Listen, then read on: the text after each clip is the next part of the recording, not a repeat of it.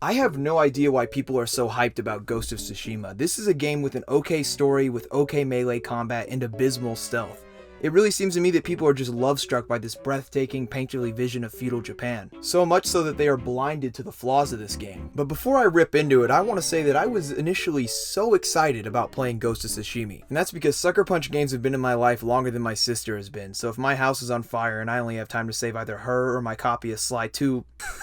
you know which one I'm picking. But even though me and this studio go way back, I have been decreasingly interested in their games as time has gone on. I thought the first Infamous was way better than the second game, and I was really not a fan of Infamous Second Son, also known as Hot Topic the video game. But when Sucker Punch announced that they would be making a ninja stealth game set in feudal Japan, I creamed my pants. And I had good reason to be excited. Despite its messiness, this game has some real strong points. There was clearly a great effort put into crafting a world that is alluring and immersive, both through otherworldly visuals and the unique ways you progress your character that reinforce this feeling of being a samurai. This immersiveness is also backed up by a bunch of smaller details, like having the player pick their horse's name from presets that fit the setting, rather than allowing an idiot like me to give it a name like Doofus, Dingus, Dorcas, Dipshit, or Dumbass. But the side missions are just hit or miss. There are a ton of tedious ones where you just go from awkward exposition dumps on horseback to doing repetitive tasks like following tracks, trailing someone, or examining a crime scene until you ultimately just fight some dudes. But there are some real gems in here, like the Mythic quests, all of which are unique in structure, entertaining as hell, and prefaced with these stunning 2D cutscenes that at this point are a trademark of Sucker Punch's games. And thankfully the boring-ass side missions centered around these geezers hold no real weight and aren't mandatory, so they're very easily avoidable.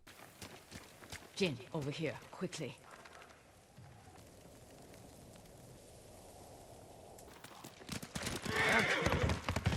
But those repetitive mechanics bleed into the main story heavily. I got so fucking fed up with detective mode bullshit and having to look around and tap X just to hear the game pretend like I'm actually going to have some say in how this mission plays out. Or like when the game makes you look and tap X at an object you could very easily just find yourself. And then there's the sword combat. It's not on the level of the big boys, but it's far better than I anticipated. The E3 trailer made it look like the same old Assassin's Creed Arkham one button to counter poo poo baby hour bullshit. It's fast, it's flashy, and there's just enough of a learning curve for you to come up with some pretty cool combos once you get good.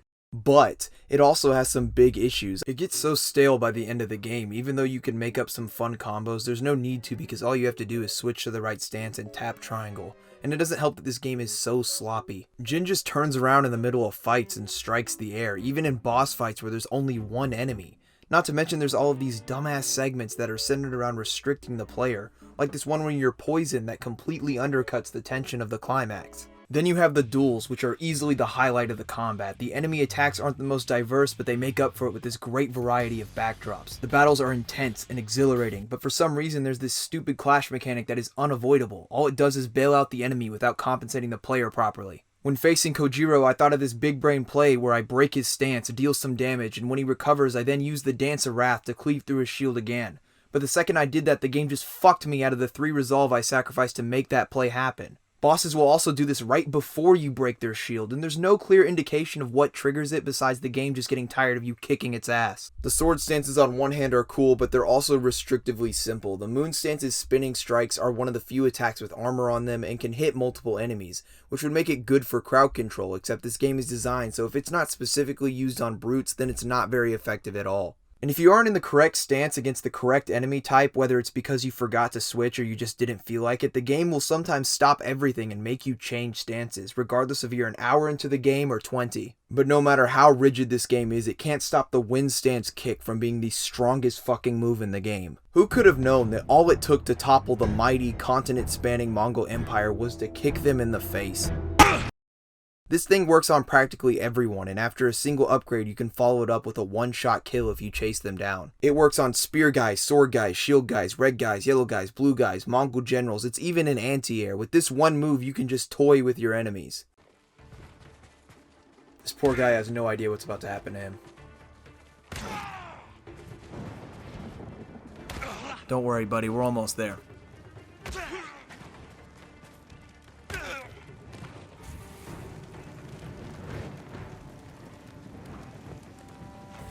Nice. This game in general is balanced poorly. The point of upgrades in games is to either give the player more options or even the odds, but here they also dumb down the game. Early on, the spear enemies are some of the hardest to fight. If you don't dodge the right way, they will fuck you up, son. But there's an upgrade that allows you to stop every one of their attacks with a single button press, making them completely useless. But this game's biggest flaw isn't the poor balancing, cringy dialogue, or boring side missions, it's the hilariously bad stealth mechanics. Lazy stealth systems have become a staple of AAA action-adventure games, but this is supposed to be a game about history's first ever ninja. And yet there's so little control given to the player. Even something as small as being able to go prone can make sneaking around in a game feel so much more dynamic. In Metal Gear Solid 5, you can not only do that, but hide bodies and interrogate enemies. You can even hang off the side of your horse like an Indian to slip by enemies. Oh my god, that game is amazing. And then Ghost of Seattle, on the other hand, doesn't do anything to push the envelope and doesn't allow the player to do things as simple as hang from ledges when they want to. And to top it all off, this has some of the worst enemy AI from a AAA game I have ever played. Look, Dingus here is already alerted, then he sees me in broad daylight, thinks nothing of it, I loop around, kill his friend, and still manage to kill him because he's standing there racking his brain trying to figure out where I went. Fucking babies have better object permanence than that. The enemies never catch on to anything either. They endlessly fall for the same tricks over and over, like investigating the wind chimes you throw even when they poison them. Or the fact that you can assassinate as many as you want from one patch of tall grass despite there being a mountain of bodies right there, which is half an issue with AI and half an issue with how big the window is for you to assassinate an enemy, regardless of whether they're suspecting of you or not.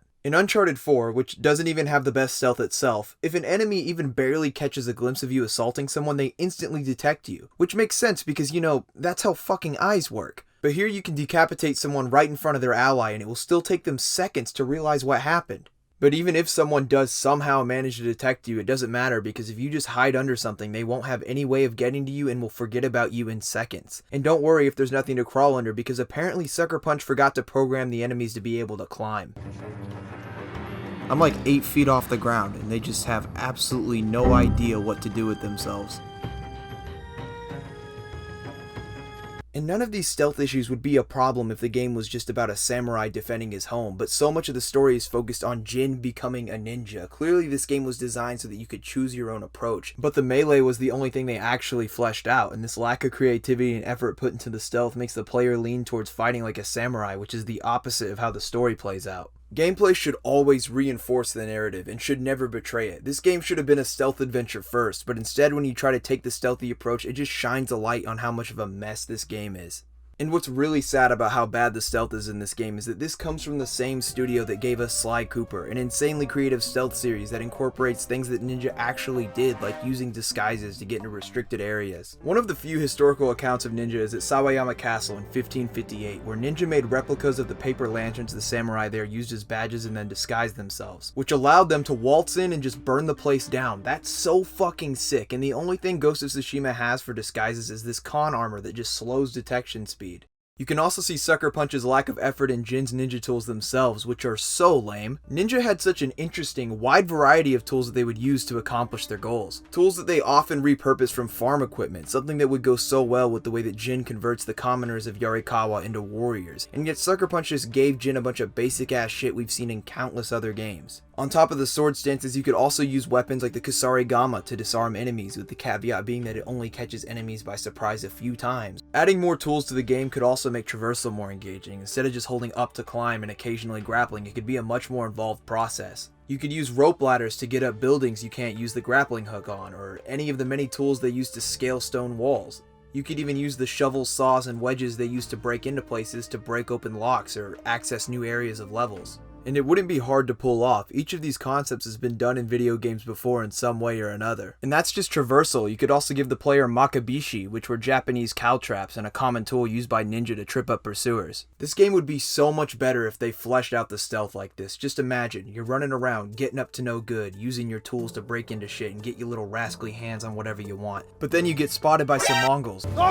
So you sprint away, trying to find a building you can get up to with your rope ladder. You go to set it up, but now the Mongols are on horseback And you don't have time to aim and throw it, so you lay down some caltrops and the horses and riders go fucking flying, giving you enough time to set up your ladder and escape. Moments like that would make a ninja game so much more fun to play, but as it stands, this game is just not designed well enough for that. Stealth is simplistic and too easy. I finished the game with 17 skill points, almost no ghost mode upgrades, no upgrades in my short sword, and didn't even feel the need to get the longbow, because there's no need to when the game is this much of a breeze. And if you've played a lot of other sword games, then the combat gets easy fairly quick, and it's very practical to take on 12 guys at once, so you would hardly feel pressure to use stealth even if it was more engaging. If Sucker Punch was so set on making a game that's primarily centered on high-profile sword combat, then they should have written a different story, and maybe not titled the game Ghost of Tsushima. But even if this was a better stealth game, I think a large part of this story is executed bluntly and unconvincingly, with some pretty underwhelming twists. And I really don't like how you roll up on the con with your boys twice and Ryuzo is waiting there to tell you that the puss boy just ran north. But the broad strokes of this story are great, and the final mission and ending were genuinely moving to me. This is a story about family, revenge, and most uniquely, the impact of leadership. It's a pretty good story, but it's lacking a gameplay experience that reinforces the idea that Jin is struggling between being honorable and doing what it takes to defend his home. And overall, it's a decently fun game. When what's in place actually works, it provides a lot of sick G-Feel MLG gamer girl moments, but between the terrible stealth, repetition, and this decreasing amount of freedom given to the player as the story goes on, it falls very, very short of being a great game. And I personally found myself struggling to finish it. I give Ghost of Tsushima a C for cool at times.